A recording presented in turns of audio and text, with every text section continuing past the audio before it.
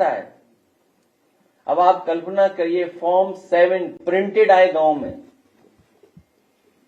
और जो दस्तखत करना नहीं जानता है उसके दस्तखत हों। ये धांधली पूरे उत्तर प्रदेश में चल रही है,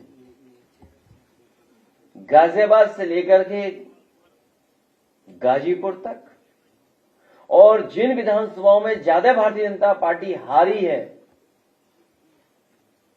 उन विधानसभाओं में बड़े पैमाने पर ये तैयारी कर रहे हैं।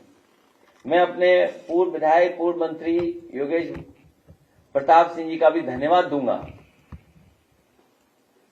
कि इन्हें पहले से ही जानकारी मिल गई कि इनकी विधानसभा में कौन कौन सा किस किस बूथ पे वोट कटने जा रहा है।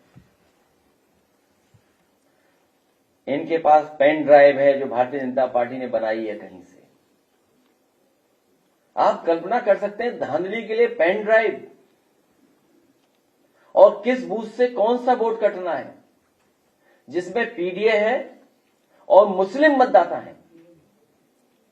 मुस्लिम मतदाता और पीडीए, और अगर भागते भी रहेंगे तो अधिकारी इनके हैं, इनका एडमिनिस्ट्रेशन है, उनको न्याय नहीं देंगे। इसी तरह कन्नौज के हमारे कार्यकर्ता हैं, इनके पुलिस स्टेशन पे बड़े पैमाने पर केवल टारगेटेड मुस्लिम वोट कितने कटे हैं आपके यहां बताइए? 1200 वोट काट दिए। एक बूथ 400 का है, 300 काट दिए। तो ये धांधली आखिरकार कौन करवा रहा है? मैं कहूंगा चुनाव आयोग से, और निवेदन करेंगे चुनाव आयोग से, प्रार्थना करेंगे कि लोकतंत्र में वोट ही सबसे बड़ा अधिकार है, इस तरह की धांधली ना हो। और फिर धांधली उत्तर प्रदेश में क्यों ना हो? चुनाव आयोग ने भाजपा से मिलकर सभी जिलों में लाखों की संख्या में फॉर्म 7 के माध्यम पीडीए के वोटर्स को डिलीट करने का प्लान बना लिया है।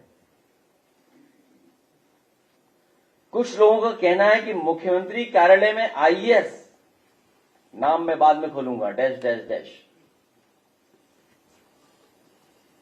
कुछ लोगों का कहना है कि मुख्यमंत्री कार्यालय में आईएएस मंडलायुक्तों और जिलाधिकारियों पर पीडीए वोटर्स को काटने का दबाव बना रहे हैं। उत्तर प्रदेश मुख्य चुनाव आयुक्त साहब क्या बताएंगे कि इसमें मिली भगत में आप किस तरफ हैं? ये जो फॉर्म 7 प्रिंटेड आ रहे हैं, शिकायत करते दस्तखत नहीं है, तो चुनाव आयोग जो उत्तर प्रदेश में देख रहे हैं अधिकारी, वो किसकी तरफ है? इस समय प्रदेश के बीएलओ निराश और हताश हैं। हालांकि मुझे जानकारी मिली है जो बीएलओ हैं उन्हीं का वोट काट दिया। वो नौकरी के चक्कर में हम उनका फॉर्म आपको नहीं दिखा पा रहे हैं। अब आप सोचिए, बीएलओ को ही काट दिया वोट। महीनों से चल रही एसआईआर की धांधली रोकने का नाम भी नहीं ले रहे हैं। बीएलओ आत्महत्या तक, खैर वो बात हम आपको कह चुके हैं कि आत्महत्या तक है, और इतना मेंटल प्रेशर है कि आप कल्पना नहीं कर सकते। बीएलओ पे तो था ही था, लेकिन मुख्यमंत्री कार्यालय में आईएएस बैठे हुए धमका रहे हैं डीएम और कमिश्नर लोगों को, एक्सेल में दे दिए कॉपी।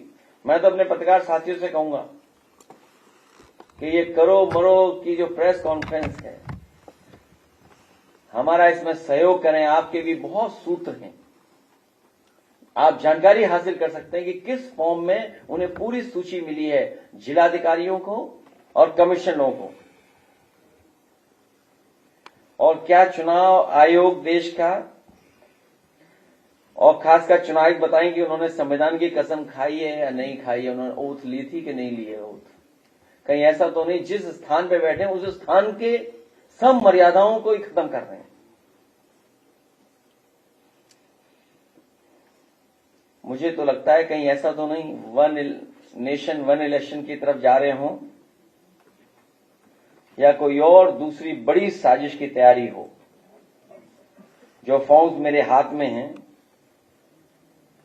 न जाने कितने फॉर्म्स हैं मेरे हाथ में, प्रिंटेड हैं, ये सब प्रिंटेड है। आपकी क्षेत्र कितने हैं? अभी वो पेन ड्राइव भी दिखाएंगे आपको। ये सब प्रिंटेड है, हजारों की संख्या में। जब ये हार गए, और सबसे बड़ा जो खेल खेल रहे हैं लोग, गरीब के सामने जब वो मांगने जाता है, कहता है कि हमारा वोटर लिस्ट दिखाइए, तो नया खेल देखिए आप। जब जानकारी मिल जा रही है कि उसका वोट कट गया है, तो राज्य चुनाव आयोग ने जो वोटर लिस्ट बनाई है, उस वोटर लिस्ट को दिखा देते हैं कि देखो आपका वोट तो है। उसको यही नहीं पता है कि किस वोटर लिस्ट से कौन सा हट रहा है, कौन सी वोटर लिस्ट ज्यादा इंपॉर्टेंट है। विधानसभा, लोकसभा, विधानसभा महत्वपूर्ण है कि प्रधान ही महत्वपूर्ण है?